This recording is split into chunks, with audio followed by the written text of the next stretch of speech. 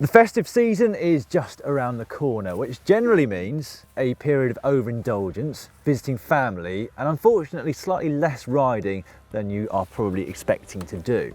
So what can you do now, pre-holidays, to preempt the horrors that you might be putting your body through come Christmas time? Well, here are 6 ideas. One of the good things about the festive period is that we know the date of Christmas in advance, because it's the same every year, and we also know the day of New Year's Eve, generally because it's the day before New Year's Day. And what that means is that we can plan all our family and social commitments in advance, meaning that we then know exactly when and how much time we have available to ride, and then we can make the most of it. Yeah, and hopefully that way, even if you dramatically increased the amount of calories that you're taking in, you could at least maintain or even increase the amount of calories that you're expending. Kind of like guilt-free indulgence, if you get it right. It's worth a fist bump. Boom, guilt-free indulgence. Guilt-free indulgence. Setting yourself a target or a goal or something to aim for is generally going to lead to a far more productive time. And that applies to Christmas, just like the rest of the year.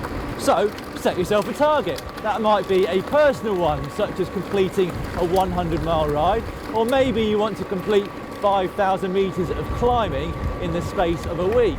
Or you might want to try and find some sort of organised challenge. Quick search online should reveal quite a few. Another good idea, if you're visiting family, is to take your bike with you, or better still, ride there if it's not too far. Now you may have to persuade your partner that it's a good idea that they drive while you cycle, but essentially you're killing 2 birds with 1 stone. Yeah, fantastic. And if you do find time to ride when you're there, if you do a little bit of research beforehand, then the chances are that you may actually end up finding some pretty cool new roads as well. Yeah, mate. Right then, I'm off to see Mummy. What? Cheerio. Are you serious, mate? That's, wow. Christmas is a great time of year to socialise, and there's no reason why that can't be done on the bike. Often, if you look, you'll find organised rides that are local to you at some point between Christmas and New Year. And if there isn't one, well, why don't you just organise it? Who knows? In a few years, it could become the most hotly anticipated ride of the year. Dan Lloyd's Christmas Cracker. Oh, I can see it. I'm going to do that. Do you know what? I've actually just thought of an incredible idea. So if you've got some friends and family that don't ride and you would like to appease them, or even genuinely want to hang around with them, you can arrange on the way back from your ride to meet them in a cafe or a pub. I knew there was going to be a pub in here somewhere, Dan. We've gone an awfully long way through this script and you hadn't mentioned one. Yeah, I think there's one up here. I've got a friend and a family member waiting. Amazing. Speaking of drinks, you want to choose them quite carefully too. They're all very different alcoholic drinks, not just in taste, but also in how many calories are within them. So, my preferred drink is generally a pint of beer, and unfortunately this contains around 220 calories. On the other hand, Si's drink of choice is a gin and slimline tonic, which contains around half the number of calories, and it would be even less than that if you swapped out the tonic water for soda water. Yeah.